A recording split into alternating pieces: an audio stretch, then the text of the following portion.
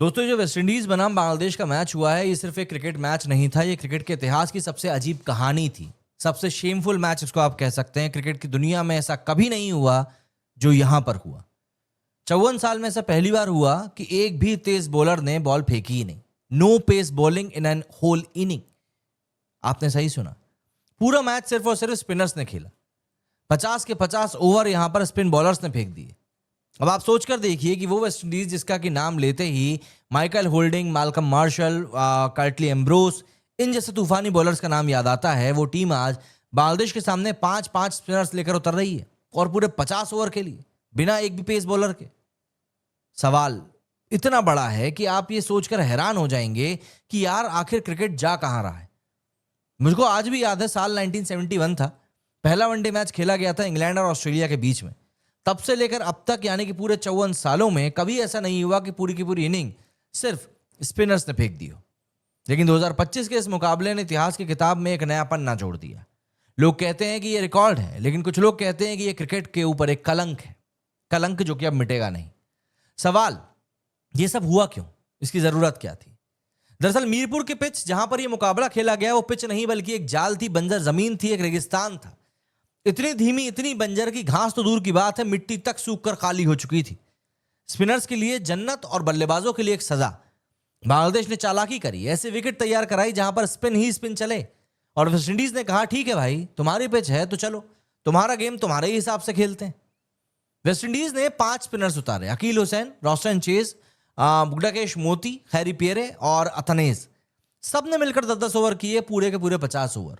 कोई तेज बॉल ही नहीं, कोई बाउंसर नहीं, सिर्फ घूमती हुई गेंदें जिन्होंने बांग्लादेश की पूरी बैटिंग को नाच नचा दिया।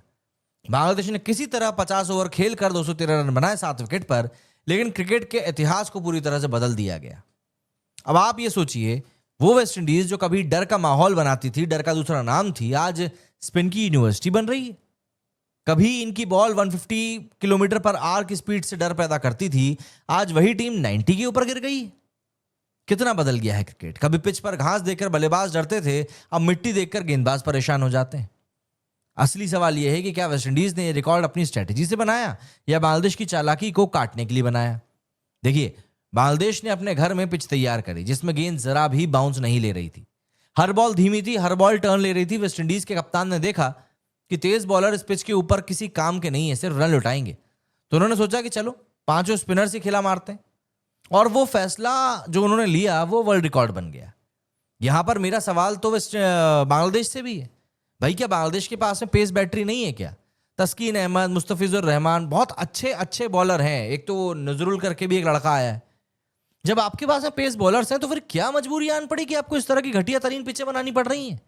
या तो आपको अपने देश के क्रिकेट के ऊपर भरोसा नहीं है, या फिर आप बस ये चाहते हैं कि साम दाम दंड भेद कुछ भी लगाकर हमको मैच जीतना है, और वो भी आप नहीं जीत पा रहे हैं। सोशल मीडिया पर अब 2 टाइप के लोग हैं। एक कह रहे हैं कि historic achievement by West Indies, तो दूसरे कह रहे हैं कि this is shame on modern pitches. लेकिन सच्चाई कहीं बीच में है। यह मैच दिखाता है क्रिकेट अब सिर्फ बॉल और बैट की लड़ाई नहीं, बल्कि पिच की पॉलिटिक्स भी बन चुका है। हर टीम यहां पर होम एडवांटेज के नाम पर कुछ भी चीजें कर रही है, फालतू की हरकतें। एंड इस मैच ने हमको याद दिलाया है कि चाहे रिकॉर्ड्स बने या कलंक, इतिहास हमेशा एक्सट्रीम से ही बनता है। दोस्तों, 54 साल की ओडीआई हिस्ट्री में जो कभी नहीं हुआ, वो आखिरकार 2025 में हो ही गया। स्पिनर्स ने ओडीआई को spin they the, and cricket ने फिर एक बार साबित कर दिया कि गेम बदलता नहीं, बल्कि गेम बस घूम जाता है।